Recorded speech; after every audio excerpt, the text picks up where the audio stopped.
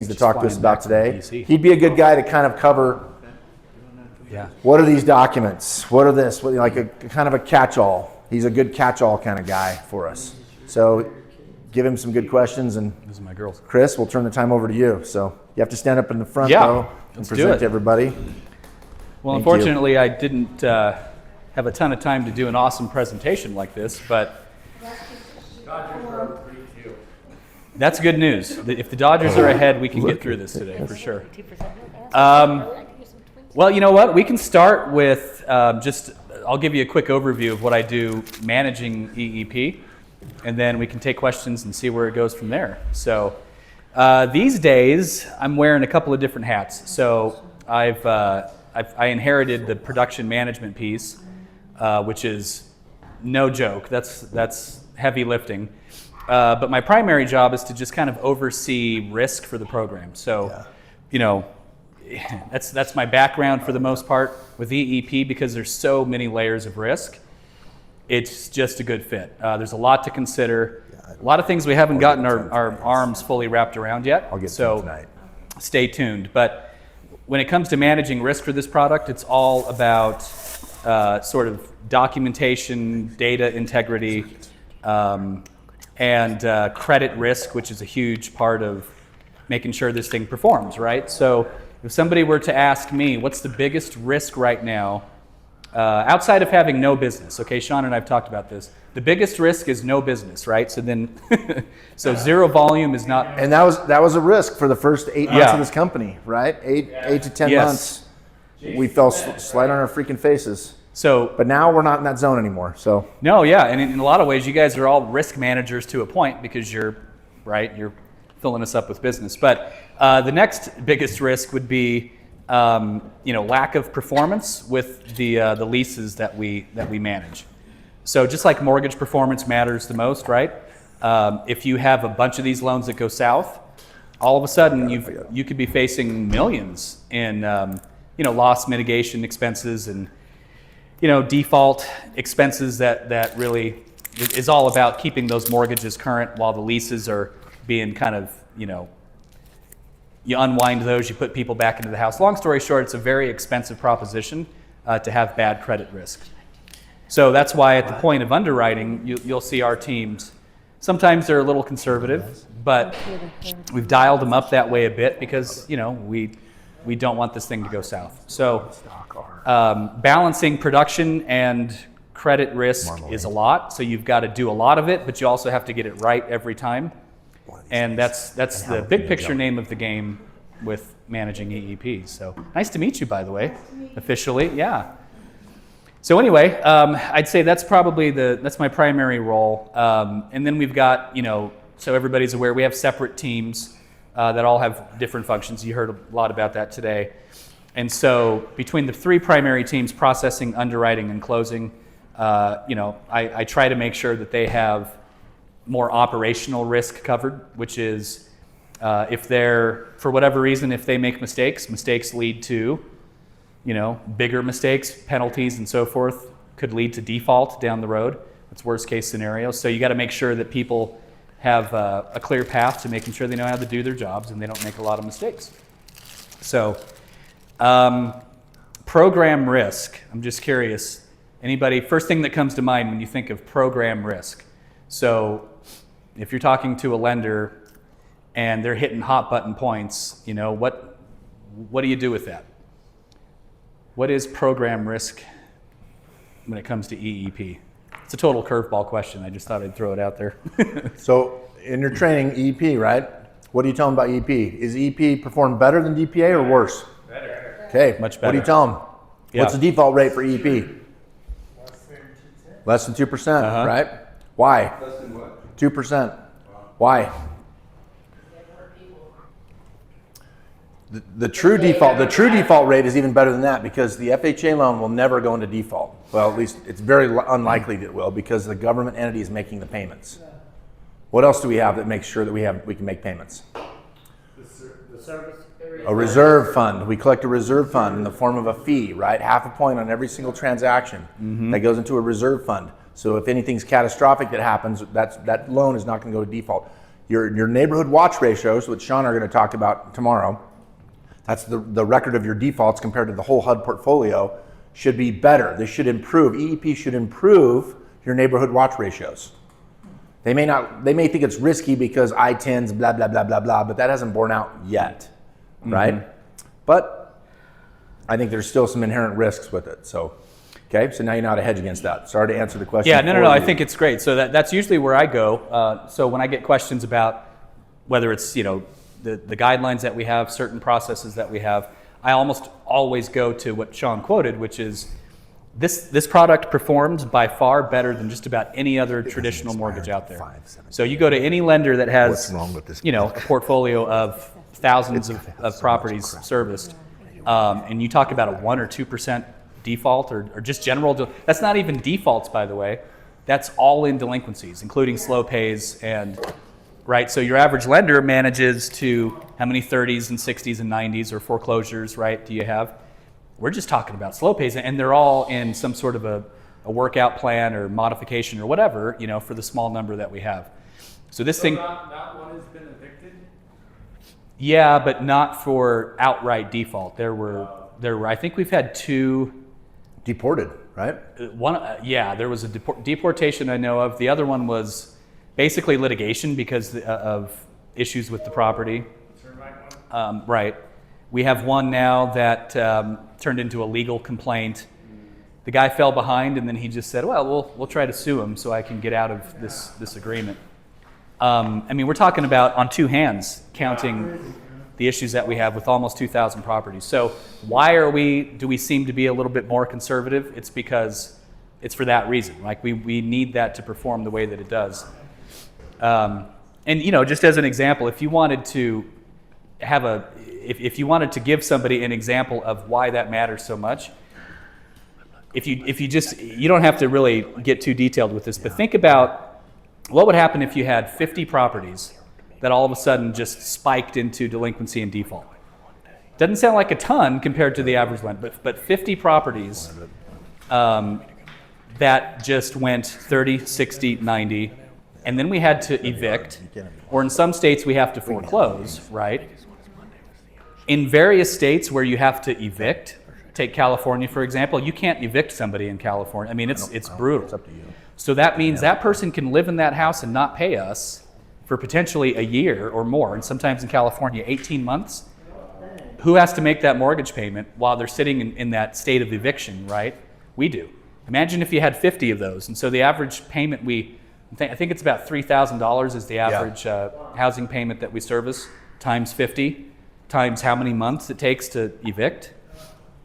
Or in the few states where it's rare, but they interpret the agreement as financing, so you might have to foreclose. Foreclosures in various states take forever. So when you add that up, you could be talking about millions of dollars in maybe a 6 to 9 month period that comes out of our pockets. And we have a reserve account for it, but still, it could spike pretty quickly. So that's, yeah? Do you have a different strategy for California, or just loan like normal? Unfortunately, we do not have, we understand what the strategy should be. Servicing developed a program, it's a cash for keys program. So we want to get out of that state where we're kind of held hostage to the various state restrictions or landlord-tenant laws. And so cash for keys is a great, I think it's $10,000 in the more difficult states that we'll offer. Until you pay them to leave. Yeah, no questions. Because what we do is we turn around and put somebody in that house, just a typical tenant, start cash flowing that thing, so we're covered. Yeah, so we kind of dived deep into the back end of the risk issues, but that's... We've only done a few cash for keys that I'm aware of. Yeah, but we haven't had that many true evictions. So, and I'm not even sure that we've actually I think there was one cash for keys that we completed. But the secret sauce behind protecting risk, it's not just that we have great underwriters or whatever else, the guidelines are awesome. It does happen to be that we have, overall, I think we have solid origination, right? So brokers and LOs putting the right people into homes. I've always believed that's the first source of risk mitigation. making sure you have good originators. So no fraud, no, no, cutting corners with qualifying applicants, hiding little things here and there, because that really adds up. So making sure that there's a good relationship between originator and consumer, knowing that their intent is to do everything they can to make that payment. So you guys have any questions about that before I continue on? I know that was a deep dive into risk philosophy. Risk isn't exciting until it starts to bite you in the rear. Right. That's the only time it becomes exciting.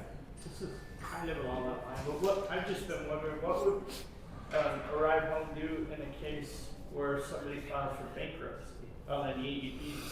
How would that work? Yeah, so bankruptcy laws, it would be the same as you would with the traditional mortgage for the most part. So you can't collect on applicants that are in bankruptcy. So each state has a different approach. I don't have them off the top of my head, but you have to go hands off. If it's Chapter 7, that's a different deal. Chapter 13 is more of a repayment and a workout. So Chapter 13's, the point of it is to save the home. So we would work with them on that until they got it filed and moving forward. Everybody good back there? Yeah, okay. Solution for California. Yeah, so so a lot of it's similar to mortgage servicing, the way that you manage it. And she's choking on something. Hands up. Are we good? It's Terry. She'll survive. You're a survivor. So, any questions? Any other risk-related questions? I have more questions on like the assumption or refinance or Takeouts? or the takeouts. Yeah. Okay. So, How many people have actually done that? so we've had, last I checked, there were 5 assumptions in progress. But we've had many more sales of the property. Okay. You call them takeouts, but just a purchase and sale of the property. So not necessarily buying from us, but turning around and selling it on their own, which we allow them to do. That's happened many times. Yeah, like 3 times the amount. In fact, it's a good point that you bring up. It's actually a risk issue that we need to look a little bit more closely at. So, because we allow them to, Oh, you mean like it's depreciating, the home's depreciating? not necessarily, but so right now we have an open policy that post-closing, okay, so whether it's 1 day post-close or 10 years down the road, they can assume the home. Everybody know what the FHA assumption is? Are we square on that? So FHA assumption is just an application to take over the mortgage, right? Okay, so that's lateral move, nothing changes except they can put it in their name. We also allow them to purchase it outright from us. Well, that's kind of a no-brainer. So if they're eligible and they want to do that, then that's just a direct, transaction. Or they can sell it. And I guess they could refi it too. It's almost impossible, I think, to truly refi out of it, but they can sell it outright, and we allow them to take all the proceeds of the sale. And that caught on pretty quick. And so the risk issue there is you get people that have bright ideas about investing, being sort of fix and flip or just generally flipping types of investors. And you can put anybody in the home and they might have an arrangement to, sell it 6 months down the road. And I think it's 13 or 14 that we've had of those so far, which is, by percentage, it's not horrible, but the trend is definitely going the wrong way. So that tells us that we might have to make a policy change so that we don't have people, it's not encouraging people to kind of do it. Or, fix and flips are one thing, but just generally like LLCs coming through and flipping those out. It's not the intent of the program, right? We want people in the homes to benefit from it, but ideally via home ownership and not investment opportunity. Are there fees or anything with assuming that The assumption is I believe it's an $18.95 fee. It's either $18.50 or $18.95. So we charge that just like an application fee, and it's managed through the servicing entity. But so we do make a little bit on it. We have a section of this in our guidelines, guys. I'm going to sit over here. Yeah. A section of it's transfer. It's a transfer section. They have to qualify for the assumption, right? Yes. So they have to have FHA eligibility. So if somebody's an I-10 out of the gates with us, unless they were one step away from, a visa or some other, citizenship, then I-10s can't assume loans. There are ways they can use like a secondary applicant who's lived in the home that is a citizen that could find a way to put it in their name to assume it, but besides that, no. So the only option that true I-10s have is still to purchase it outright or sell it from us. So yeah. So assumption, again, guys, assumption's a great short-term solution, but not a great long-term solution, right? Right, because it's a 30-year mortgage that we pay, the tribe pays, and they're paying a 40-year mortgage, right? So if it goes 15 years, there could be quite a gap between the two. We're talking $100,000 gap. And they have to make up that difference if they want to assume at our price. Make sense? And refinance is really hard to do. Well, nobody's really said that you can do it. Like no lender is really, it's theoretically you could do it, but it's probably going to be a purchase money first, not a refinance. It really depends on how the receiving lender. Then or staying at 40 years. Yes. Well, you mean without assuming it, or Yeah. yeah, that's basically it. Any other questions about assumptions or sales, purchases? But we have paid out on some sales, right? So We've done 13 of them, is that what you're saying? we have, yeah. So I don't know that they're in process. Most of them have closed. It'd be good to know the net that they got from that. Like I heard the figure is around $20,000 to $30,000 after holding it for a year. The ones that I've reviewed with Brett, they're actually close to that. Yeah, they're all averaging. Right Okay, around so there you go. So that's 20 the benefit. When someone says, what's the benefit of doing this? I don't really own anything. Well, then why do we pay you $30,000 at the end of it? Yeah. You own that appreciation, right? Okay, so because you will get people that will stick on it. Every single presentation I do on EEP, somebody says, I don't own anything, or they don't own anything. Yes, you do. You have rights of ownership. We've had people that sell these properties off and they collect the difference between the payoff amount and what the value of the property sold for, right? So they get that. Okay? All right, other questions, just general. Yeah. Chris is somebody that can talk to you about anything in this packet. Maybe we'll have him come up here again tomorrow, and you can go through any of these documents in the packet that you might have questions about. Yeah, you can, anything at all from throughout the day. You can hit me with it. Let's see, I was going to bring up a couple of other points. So this is kind of hot off the press, but so I know risk is all the dark stuff, so we'll lay it on you here. We had so at the closing table, we had another instance of wire fraud just another one? today. Okay. And so Did we catch it on time or no? No, we didn't. And it's a learning experience, I think, for probably multiple teams. But so everybody familiar with just general mortgage wire fraud? And it's a hot topic, especially in your neck of the woods. So throughout the East Coast, Maryland, the DC metro area has been hit quite a bit. So we had one that we were stung with that we actually got the title claim taken care of. So we're getting paid back on that. That was the one we worked with KTL on, Steve Yes. Lejos. Yep. Okay, he helped us on that one. He Good. hooked it up for sure. He's a good guy. We had a second one that was an attempt that we stopped, thankfully. And the third one came today. Now, the one that happened today was pre-closing. So regular production stream. And Maddie, I feel bad. She was so freaked out. She caught it, but she couldn't have done anything to stop it. So the other two examples were on the post-close side. So both instances where it was a direct purchase, right? So the consumer purchasing from us.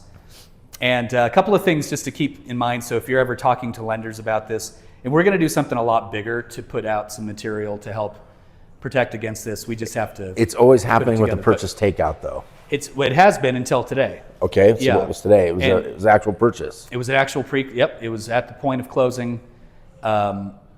And in every instance, the number one red flag was that somewhere in the communication, the fraudster hops in, and I don't know, I'm not a tech guy, so I'm not sure exactly how they do this, but they get into the email thread and they manipulate it so you are emailing me, and all of a sudden your response comes to me, but your reply email is a few letters off. And so I reply to you, and I have no clue because I can barely tell. I'm not looking at how we spell your last name. If it's one letter off, and so now it goes to the other recipient, and in every case, it's a copy of the wiring instructions and the account information right before we're about to press fund and get the thing wired. You're talking about the email address? Email address, right? So they're basically listening to our emails or looking at our emails. Yeah. If anybody knows the virus package or whatever they're using for that. Is title included in this process? Or? Yes. So Or like in California, escrow's included in Uh-huh. this process? in this case, Still, if they don't get caught, always? see, that's they're not really coming through us. They're not attacking us. They're attacking title. So it just so happens that we've had 3 of them now. But I think it's happening. I think it's more widespread. It's not just about us. Or it could be because somebody might know that we have this unique transaction that people aren't, Well, I'll tell you, it's very widespread. Yeah. Before, I also, in my many jobs, for a while, worked for a nationwide notary signing company. So I would Oh, wow. attend all of the escrow dinners Uh-huh. and everything, and I would tell you at least once every 3 or 4 months they have a speaker about wire fraud because it is. Yeah. But that was also just the escrow companies. I mean, when I was in California, but it is pretty prevalent. Yeah, and it's spiked recently. I mean, I didn't really know that. I mean, I see emails with, educational emails and stuff occasionally, but I didn't know how concentrated it was to. Even at the that- conferences, they'll have like, I don't know if you know Ari Kara and James. These are different attorneys and they'll do sessions. I know Ari, but not the. Yeah, so we've engaged with the company now. I can't remember their name. It's Fidelity Lock or something to that effect. They have an entire program, very robust software plus due diligence team. They're fairly expensive, but you can plug them in, and they pretty much handle all of the closings for you. And they have like a 99% success rate. And then do they insure you against that happening? They will if you're using if they drop the ball, then there's coverage. In most cases with wire fraud that flows through title, you have title insurance also. So the first 2 that I mentioned that were on the takeouts or the post close transactions, they were insured. So we're just the seller on those, right? So they're just protecting the seller. But the one that came up today, we have 0 protection against. And so we were at the point of wiring. So the participant sent us their money. So if just to make sure everybody knows how this flows too. So every transaction, the participant wires accounting with all of the cash to close. We hold back our portion. We send the rest to title to close it. So in the process of sending the rest to title, unfortunately we did not verify the wiring instructions, which you're supposed to do. And I don't know. I don't want to make a blanket statement. I don't want to talk about accounting's processes, but generally speaking, you do something to ensure that, and in this case, it was a completely different account number. And things get missed and what have you. But so we didn't lose, like the first one was $750,000. We didn't lose that. We lost $28,000 that you can pretty much guarantee is gone. Thankfully, the lender did not make the same mistake. So what they funded, actually they held up, so their portion didn't fund. So wire fraud is a thing that we're seeing quite a bit more. So I would have those conversations with the lenders and. So when you lost, was the funds to close from the borrower? Yes, yeah, not as steep of a loss, but yeah. So, I mean, don't you think we're asking for trouble if we're exchanging wire through an encrypted email? Yes. So, I mean, Number in one. my mind, I would think that this would be through a third-party verified number that you call. And you can't have last-minute changes for wiring Right. instructions. And then it needs to be like right to the borrower, hey, this is wire fraud, just Yeah. standard thing this is kind of getting into a larger conversation, But I think we should do the same thing with white label too, right? They should Yeah. they should be allowed to put their wire instructions for them into our portal, and we should exchange the same information from our portal to them. There shouldn't be any. When we get to a certain point when invoice is good, then we should both go to the portal. Where we agree, because there's millions. Like we did 3 million last month with freaking movement. yeah, I know. And so this is kind of the thing that. So Yeah. And then you might have another person to verify it in the company. So Mm-hmm. there's 2 lines that look at it before a wire is sent out. yeah. Yeah. No, it's a great point. I mean, just the email security alone would Yeah, have it's a problem. it would have flagged if we just had a basic whatever app attached to it. It would have flagged the incorrect email. I don't think we had these problems with G Suite, by the way. This is an exchange That's deal. a very interesting point. I'm sorry, but Yeah. we didn't have wire fraud until after exchange. Well, we didn't have nearly as much phishing and other nonsense Any of that crap. either, I but get these Anyway. emails from Matt all the time. Yeah. They're not from- But- I don't have a site. I don't have a website. Yeah, Yeah, I'm just making an observation. So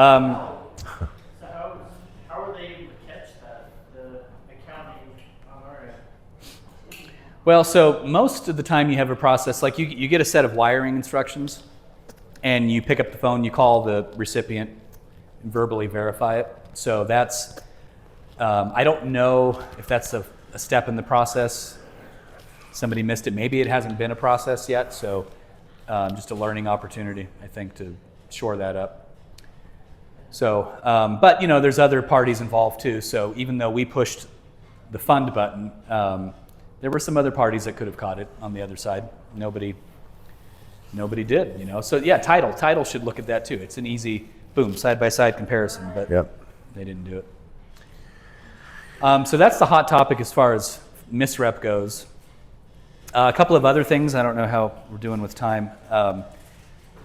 So that's all the back end stuff. Some other things to think about on the front end. We've been very, so just some trends, right? We don't see a lot of misrep, so just basic borrower or broker misrep. We really don't. And for this program, you would think, man, it'd be steep with that, but it's really not. When we have seen it, it's almost always around the VOR. So the hot topic that you can bring up when we do need a VOR, when we need the paper trail and have a hard time verifying things, that's usually where the misrep lies. And one of the little schemes that we saw, this was City Lending. Unfortunately, they're about ready to go out of business They're because of the about- stupidity. About ready to what? Go out of go business. out of business. Yeah, Cities- and I'll mention that too. That was on my list of,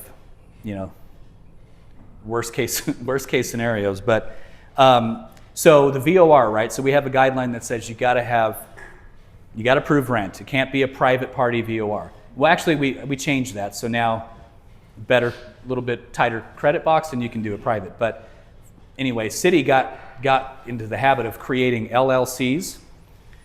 So a private VOR, right, is I'm renting from Field, and I pay him directly.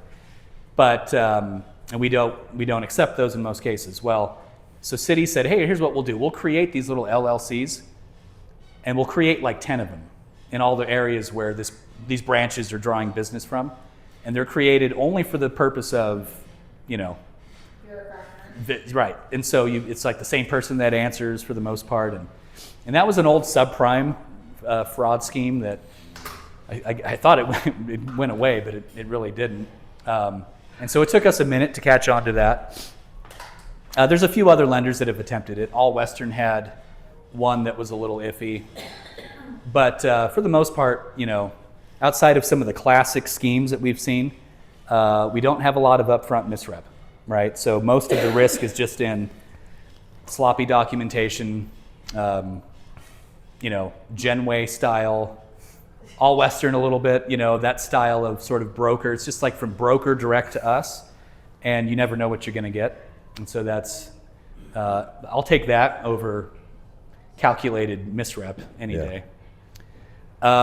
With City, I don't know. I don't know if they have a plan, but most likely they'll go out of business. So being on the Freddie Mac exclusionary list, it'll catch on. Basically, everybody will, warehouse lines and any other investors will suspend them. Yeah, we have to make a decision about what we're going to do, because technically you don't have to suspend them on FHA business, but like if everyone else shuts down, we kind of have to follow suit. So we'll see Yeah, what it's happens just a with black them. eye. But they're deciding whether they're going to. When is that happening? Like soon? They're supposed to self-report to HUD that they are on the exclusionary list for Freddie Mac. It's not related to our loans. It happened prior period, but this is why that Nathan Martinez freaking punk was such a punk all the time, because I think he was protecting this stupidity. Your favorite now, right? Because he He didn't show up on the call yesterday when we talked about form free. He was nowhere to be seen, whereas before he was all against it. I wonder why. So anyway, we're not. By the way, we're shutting off. We haven't stopped the pipeline, but we're stopping exceptions and anything outside of the box. We're going to put a hold on that till we figure out what we're doing. yeah. Anyway, but with their misrep scheme was related to self-employed borrowers with P&L statements audited by CPAs or other tax preparers, and they were just making the whole thing up, and or most of it. So unfortunately, we also saw some of that, and so there's some risk there, right? Like we probably need to look at the pipeline and understand that, and they're champions of the whole P&L program that is basically just a made-up P&L, or it's super inaccurate, and they get some interested third party that agrees to say, yeah, I prepared it, I verified it. And so, but on the bright side, we've just gone through like the ugliest side of EEP, and the good news to that is there's just not, percentage-wise, just not that much of it. So, Good. But those are the things that do add up. So as the pipeline, our portfolio grows, at some point we'll have to probably tighten up the credit box a little bit, or do some other things just to protect ourselves. Because again, 2,000 properties is one thing, 10,000, 12,000. Now you're dealing with bigger risk, and so we just try to measure it as we go, so that we take it in stages and protect the company accordingly. It's probably enough that we can identify the bad players, and the bad players don't get play anymore. Because it's too bad that all the other people would have to suffer because, like, the cities. Yeah, that's the problem. Are screwed. They ran a pretty good outfit in a lot of ways, but they have these few guys that have figured out how to do these schemes. It's caused them real problems. And Jorge is fit to be tied, man. He's like great. Loan officer level or LO level that they were doing it. These guys got together and came up with this little scheme with the LLCs. Does there have to be the brokers in on it too? Or they just. Or they could have a processor that's in on it. There's usually, usually two, LO processor, broker processor. Sometimes the borrowers get in on it, but usually they don't really know. A couple of other things just off the top of my head, and then I guess we can wrap it up. But I have, bright ideas we've had to help, protect the program. We might be introducing maybe a revamping of our disclosure packages for some of these things we've talked about, but some of the suits or the complaints we've had. We might be looking at the agreements themselves, and I don't know what Todd's perspective is, because he had the biggest hand in creating the agreements that we do have. Anyway, but as this thing has grown, we've seen more issues pop up at the closing table by title companies or closing attorneys that are looking at our agreements differently, and it's a state-by-state appetite. So I think we probably need to have at some point multiple sets of home ownership agreements per state that are just specific to the statutes and stuff that are out there. A lot of the states don't know what to call our program, so they default to, well, it's contract for deed, or it's a ground lease, or whatever however the state defines it, and they slot us in that category. So those are some big picture changes I think we might look at. Ultimately, just as the thing grows, we want to scale the risk mitigation, so we don't want to lose the program over dumb things, right? Does the bank relationship explain any of the changes that have to happen? The bank? Yeah. Oh, Mountain West? No, because when we fund a loan via Mountain West, they don't see that side of the file. All they're doing is purchasing and securitizing a government entity mortgage, and those are super safe. Like, you could do, it's hard to screw those up, right? So but we don't want the program to gain a reputation to where those other entities are like, yeah, let me look at the other side of the file. We're trying to just keep it as clean as we can so that doesn't happen. So yeah, That's it. any other questions? Or I know I put you all to sleep. You close the day out with some risk. We got one more speaker after him, but Okay. anything else?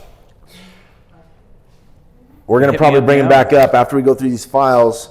Put aside stuff that you wonder about in these paper documents, and then he'll be able to come up and opine on that tomorrow sometime. Yeah, whatever Okay? you need. You guys are getting into it here. Full files all over the place. That's right. Nice. That's right. Okay, let's give it up. Let's give him a round of applause. Thank you, Chris. All right, our last speaker for today, other than me, is going to be